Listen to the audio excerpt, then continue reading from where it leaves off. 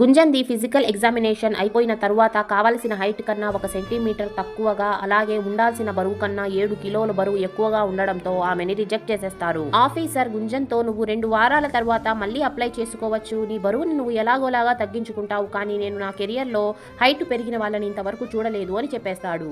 ఈ విధంగా గుంజన్ పైలట్ అవ్వాలనుకున్న ఆశలాగే మిగిలిపోతుంది. దాంతో గుంజన్ ఎంతో బాధగా ఇంటికి వెళ్తుంది. ఇంట్లో తన రిజెక్షన్ పేపర్ ని టేబుల్ పైన పెట్టేసి సైలెంట్ గా రూమ్ లోకి వెళ్లిపోతుంది.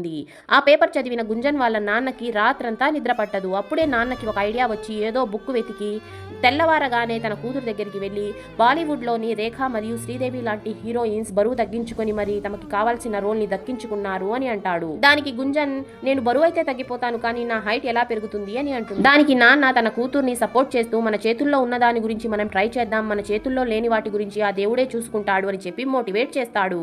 నాన్న తన కూతురు చేయాలనుకున్న దానికి ఫుల్ గా సపోర్ట్ చేస్తాడు. దాంతో గుంజన్ కూడా వాళ్ళ నాన్న మాట విని తన వెయిట్ లాస్ జర్నీని స్టార్ట్ చేసేస్తుంది. మిమ్మల్ని కూడా మీ నాన్నగారు ఇదే విధంగా సపోర్ట్ చేస్తారా? కామెంట్ చేయండి. ఆ తరువాత ఏమవుతుందో తెలుసుకోవడానికి పార్ట్ 3 అని కామెంట్ చేయండి.